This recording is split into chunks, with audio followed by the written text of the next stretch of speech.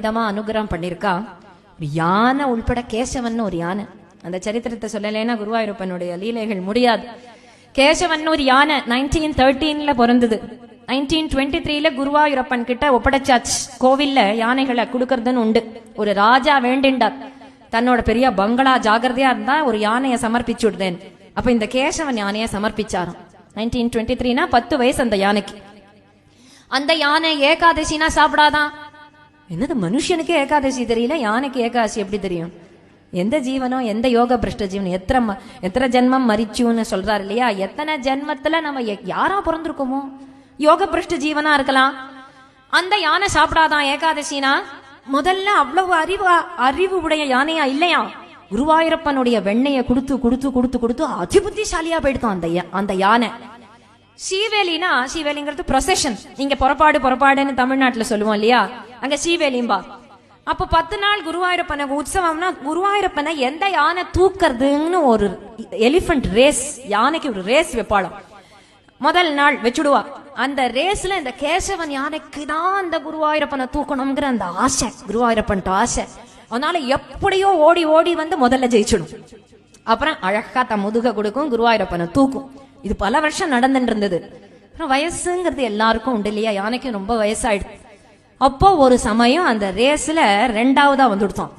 முதல்ல யாரு எந்த யானை ஃபர்ஸ்ட் வருதோ அந்த யானை தான் குருவாயூரப்பனை தூக்கலாம்.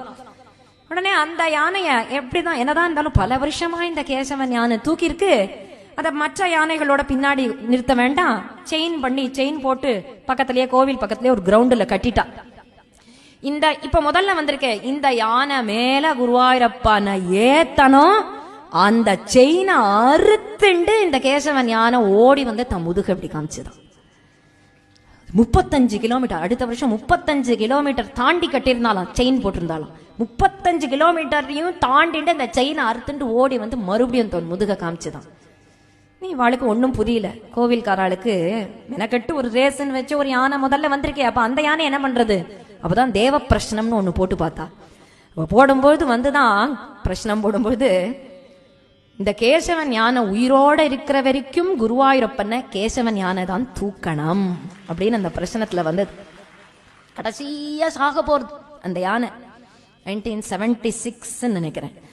அப்போ அந்த யானை சாக போற அந்த தருவாயிலையும் அந்த யானைக்கு குருவாயூரப்பனை தூக்கிடணும். ஏகாதசி வரப்போறது நவமி. இது தூக்கணும்னு இவாளுக்கெல்லாம் கோவில்காராளுக்கு பயம். யானை வந்து கோவிலுக்குள்ள போயிடுதுன்னா அப்புறம் அசுச்சி ஆயிடும், அப்புறம் முதல்ல கும்பாபிஷேகத்துல இருந்து பண்ணணும். அதனால இவாளுக்கு பயம்.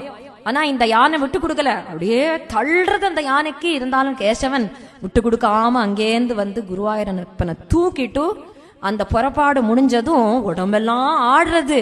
அதுக்கே தெரிஞ்சுடுத்து போறோம்னு. இருந்தாலும் கோவில்ல நம்ம ஒன்னும் பண்ணிடக்கூடாதுன்னு அந்த யானையே நடந்து நடந்து நடந்து வெகு தூரம் ஒரு கிரவுண்டுக்கு போய் கோவில் பக்கமா திரும்பி குருவாயூரப்பன் பக்கமா திரும்பி அந்த கிரவுண்டிலேயே உட்காந்து தன்னுடைய வலது பக்க தந்தத்தை பூமியில புதைச்சு அந்த துதிக்கையை அப்படி தூக்கி குருவாயூரப்பனுக்கு நமஸ்காரம் பண்றது போல பண்ணி தூக்கி பட்டுன்னு போயிடுது அந்த யானை. 3 மணி இருக்குமா குருவாயூர் அன்னைக்கு ஏகாதசி 3 மணி இருக்கும். நவமி எல்லாம் ஆயிடுத்து, தசமி ஆயிடுத்து, ஏகாதசி 3 மணி கார்த்தால, விடியற் கார்த்தால் அது போயிடுதுங்கிறதுனாலதான் அந்த யானை ஒரு யானை போயிடுதுன்னு நினைச்சுக்க முடியுமா? எவ்வளவு வருஷம் தூக்கி இருக்கு குருவாயூரப்பனை, எவ்வளவு வருஷம் எப்படி எல்லாம் பக்தி பண்ணிருக்கு. அதனாலதான் அந்த தந்தத்தையும் அந்த படத்தையும் குருவாயூரப்பனுடைய கோவில்லயே மாட்டி வச்சிருப்பா. கேசவன் யானையோடைய படமும் தந்தமும். அது மட்டும் இல்ல, லைஃப் சைஸ் ஸ்டாச்சுவே அது எந்த இடத்துல போயிடுதோ அந்த இடத்துல லைஃப் சைஸ் ஸ்டாச்சு உண்டு.